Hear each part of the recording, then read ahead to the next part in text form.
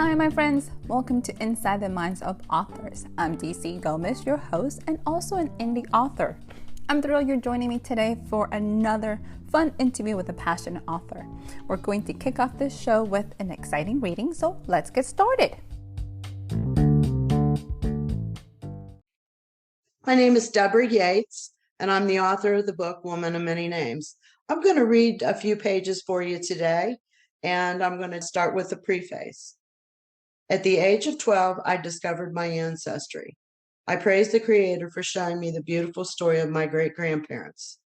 Their story has been scarcely addressed in our North American history, yet I have such immense pride in my Cherokee ancestry that it must be told. As a curious child, I began to question my grandfather, Buffington Tittle, of his life on what he called the reservation in Oklahoma when he was a child. Locking his stories in my mind throughout the years, I had the pleasure of meeting several of my Oklahoma relatives who took joy in recanting stories they had been told by their parents as young children.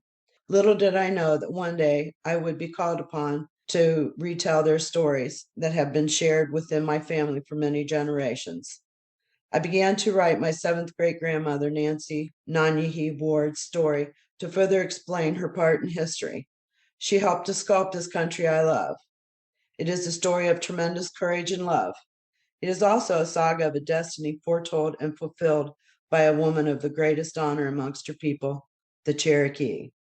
This is the legend of a woman who wanted to keep her people and children safe in the world that was changing with a speed that could not be controlled. Undeniable forces came together through this era of history. North America was being invaded by countries from all over the world, monarchies and dioceses thirsty to seek and possess the treasures of a new fertile land. With these forces came the demise and destruction of many indigenous peoples of America. Great women and men of history walked the lands during Nanyahi's lifetime, many of whom she encountered personally, and others she knew only through the power of negotiation. She knew of infamous men we only know of for today, like George Washington, Thomas Jefferson, and Daniel Boone. Nancy Ward sat on numerous influential treaty councils and many land transfers. She worked tirelessly to ensure her children and grandchildren and those who followed this ancestry would have a place to call home in today's society. As I tell the story of a girl born as Wild Rose, the woman who was declared by the U.S. government as the last princess and prophetess of the Cherokee Nation, my hope is that more people come to understand and appreciate this marvelous woman's place in history. Though she was a great warrior and led her people to great victories over those who would destroy her and her children, my seventh great-grandmother is remembered as a great peacemaker in her culture. She was a woman who risked the wrath of her own people to protect them from invaders and each other. Nanyahi had the ability as a medicine woman to heal, to glimpse into the future, and to make decisions that would affect her as well as that of the invaders of her lands. Many generations of settlers of this wild and dangerous country owe their very lives to this miraculous woman. These are the words of my seventh great-grandmother. Her words rang with the simple yet all-encompassing truth that still rings true today. I have written this book that none of us forget where we come from and what we owe this land, the land that holds the blood of our ancestors.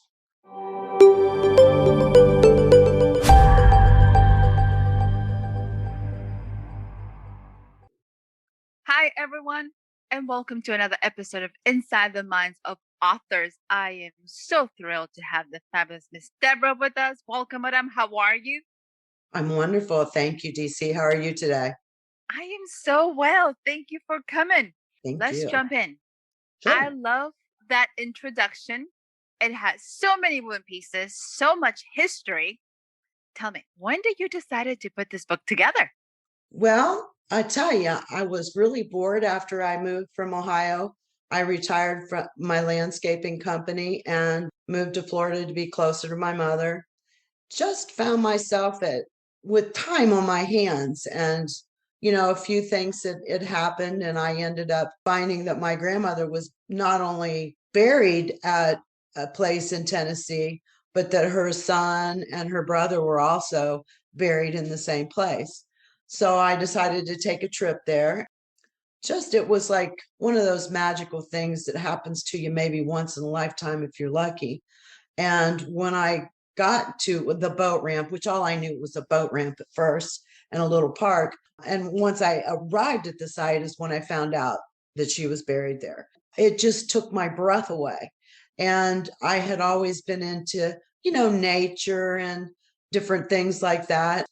All of a sudden, as I'm walking up to the top of this hill, I'm seeing scenery that I had seen before I call them dreams. Most of them were dreams. I just knew that I belonged there. As I got closer and closer to the top of it, the hill, my life just started making sense to me on the reasons why I had to learn the things that I learned in life, and was a landscape design artist for decades. And when I first went to work, my boss says, "How do you know so much about plants?" I said, "I don't know." I said, "I truly don't know." He goes, "You've had to have some education in this." And I said, "None, not a thing." I said, "All I did after you so kindly gave me a job here was I went to the library and pulled out a couple books and read them. That's all I did." He says, "It's just hard to believe." He said, you have such an uncanny ability to remember and retain this knowledge." And I said, it's just that I'm like a sponge with this stuff. I don't understand it myself. Learning plants and stuff and knowing and understanding what the uses are for trees and plants was something very critical to our ancestors' survival. And, one time that's all we had was herbs and different things for medicines. And they actually really did work pretty good. Other grandmother, my father's mother, gave me a book called The Old Herb Doctor. And the book was published in the mid like 1860s, I believe. And it was just amazing to go through this book and see all the different herbs and, trees and stuff that were used as medicine, even at that juncture of American history and in time. How much research did you have to do to put this book together? Because you're going back in history. Tons. I probably own about every book that was ever written that has my grandmother's name even mentioned in it. Some of them just a paragraph or two, one or two, just a sentence. And a few of them, quite a bit of detail out there.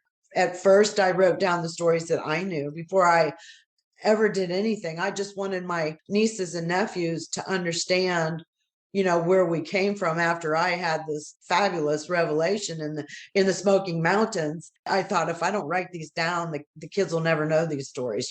You tell them, but you don't know how interested they are in their heritage.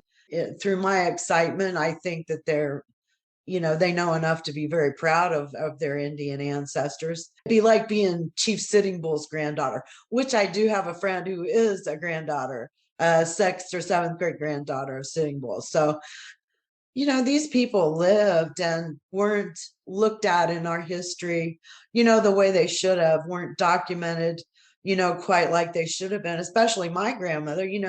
Think about it, a woman in the 1700s having influence and speaking with Thomas Jefferson and hanging out with Daniel Boone and all the different things that they did and accomplished together, as well as, I believe, George Washington. Now, I can't prove that because white history doesn't say that, but I know my family stories said that she knew George Washington. I had to go out as a work of fiction because I am talking about these things, and nobody in our family really had, nobody ever sat down and really wrote a book about Nancy Ward. She was mentioned in one of my cousin's books, or actually two of them. It wasn't necessarily a story about Nancy. Yes, they were descended from her. So we do have a little bit of the writing bug. Now, my direct great grandmother was supposed to have written a book about Nancy because there hadn't really been one. One of my ancestors by the last name of Starr did write a book about Cherokee culture and so forth and did mention her, but not a lot was in there about her. The Monrovian missionary books, I found different things in there that I believe are Nancy Ward, though it doesn't say that's Nancy Ward. There's just few women during that time in history that would have been recognizable. Some of those stories I believe in there are possibly about Nanyahi too. My grandfather called her Nani or Nanyahi. American history calls her Nancy Ward. And he never even mentioned that word to me. It was always Nani or Nanyahi. So when I got 10 and 2, because all my pictures reference work says Nanyahi, doesn't say Nancy Ward. And Gegeyu, which means beloved woman, she was, I believe, technically the last Gegeyu, which means beloved woman, like a chieftainess of the Cherokee before the Trail of Tears happened. She passed in 1822.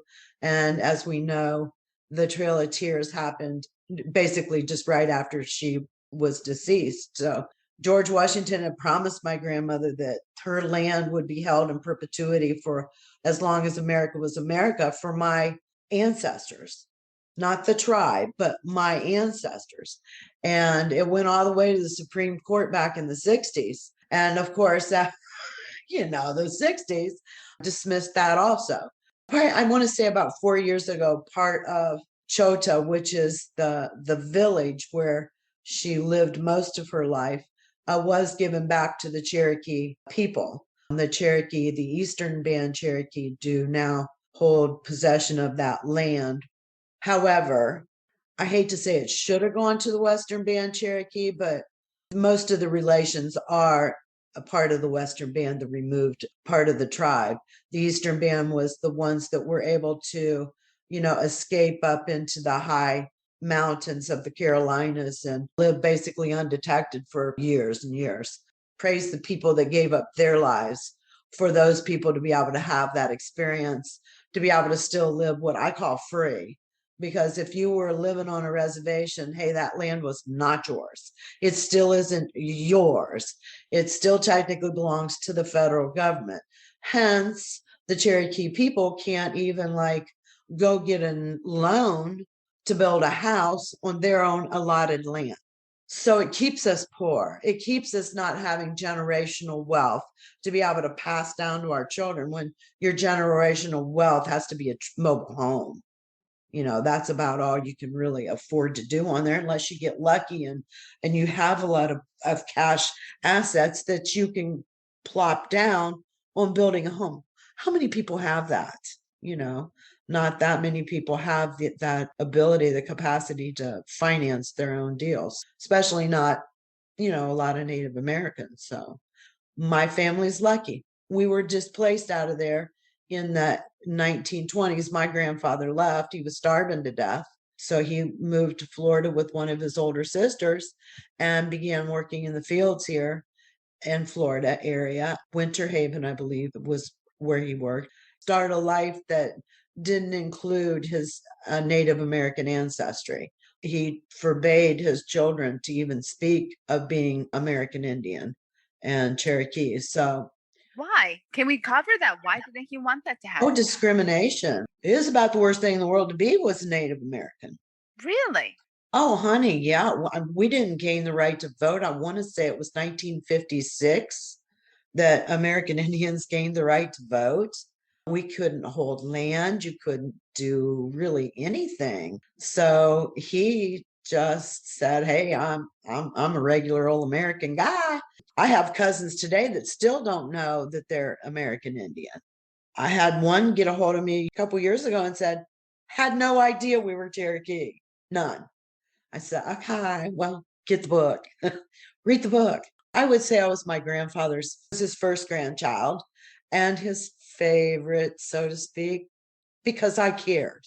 I was interested, and every time I'd see him, "Oh, Grandpa, tell me those stories again." And I'm glad I did, because I locked them in 45 years later. And I'm writing a book about the stuff that I remembered that he told me, and his brothers and sisters that I met in Oklahoma back in the 70s. It all comes full circle.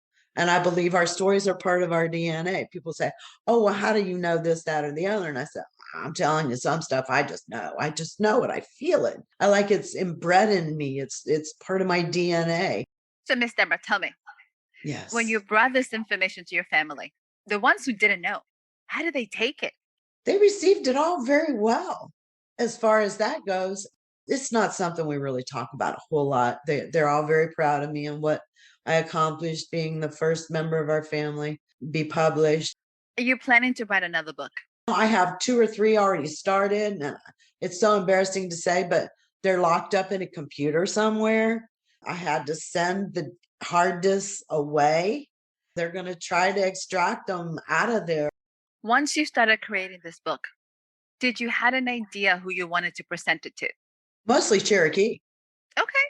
My thought on it is like we're 2 separate clubs, maybe even 3 or 4 separate clubs, because you've got the Kituwa or Kituwa, the Cherokee, Eastern Band Cherokee, and Western Band Cherokee. And those people that have Cherokee blood in them, but don't have enough or can't prove their lineage of ancestry.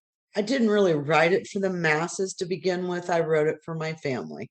And then once I was convinced that it needed to be a book, at that point I sat down and I bought all those books I was telling you about and read everything I could get my hands on so that it could be incorporated in there, because you have Native Americans, we didn't write things down until sometime in the, I think it was the 1830s, somewhere in there we developed our own written language, the syllabary, and Sequoia did that. There's not a lot written, and these were stories that were going to be kept private in families. It wasn't, something that you really discussed much other than to your families. So yes, the story is fictional, but it's based on truth, it's based on fact, and it's based on history. So it's all combined together in there. And hopefully this audience will be curious enough to read Woman of Many Names and decide for themselves if I'm a Fruit Loop or if I know what I'm talking about. I'm so glad you leave it open to interpretation. 100%. You have to. That is absolutely awesome. Thank you. In writing this book, what lessons did you learn on the writing world? What did you learn about that part? That I can't spell for a lick. I must have been sleeping during that part. The book is meant to feel like you have an 80-some-year-old American Indian woman sitting down and having a conversation with you. The sentence structure is backwards comparatively, would be comparatively backwards. And my spelling is atrocious. And my editors couldn't spell any better than me, I decided. And yeah, that's how that goes. So there is a few, misspelling in the book itself, but don't hold that against me. Hold it against my editor. Look, you can always go back and do a second edition. That's true. I would say if you're feeling passionate, get a copy editor and have them clean it up. Yes, I will. But Madame, it is such a pleasure talking to you. It is such a history lesson. I'm so intrigued. I'm like, oh my God, this is amazing. Yeah, it really is. I mean, I don't know what all your lineage is, but I'm sure that we have some shared of that also. There's not hardly anybody left that's 100% anything anymore. See everything that's going on now. It just breaks my heart. So tell me, yeah, where can people find the book? Where can they learn more about you? Tell me about that. Yes, you can go to www.womanofmanynames.com, and that'll take you straight to a link to buy the book from the publisher. Or you can also use Amazon, Books A Million. I think I have a 4 3/4 star. It was 5, but somebody wrote me a bad review because I couldn't spell. Yeah, they really held that against me, and I lost a dink of my star. I'm proud to be a 4+ star on Amazon also. Awesome, Madame. So before you leave us, we're going to do our lightning round. Easy peasy. Don't think too much. We're going to have some fun. Are you ready? I am. Spicy or sweet? Spicy. You're definitely spicy. I can see this. So are you. Ready? Hot or cold? Hot. Awesome. Wizard or knight? Night. Nice. So let's see. You grew up in this generation. Let's see which one you pick. Star Trek or Star Wars? Star Trek. Okay, then.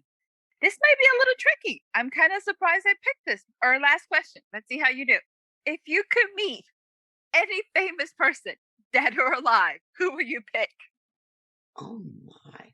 Wilma Mankiller. Why? Because I think that she was, a lot like Nancy. I guess I should have said Nancy Ward, but I feel I've already met her.